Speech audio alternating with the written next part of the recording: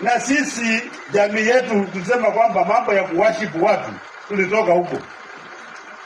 Ati mtu akipita hapa sisi wote tunatetemeka hivi ati Papa wa Roma. Papa wa Roma kitu gani? Pope ni moja.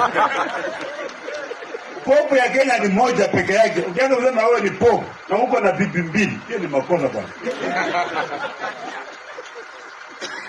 Papa wa Roma ni mimi ni Mkatoliki is just one.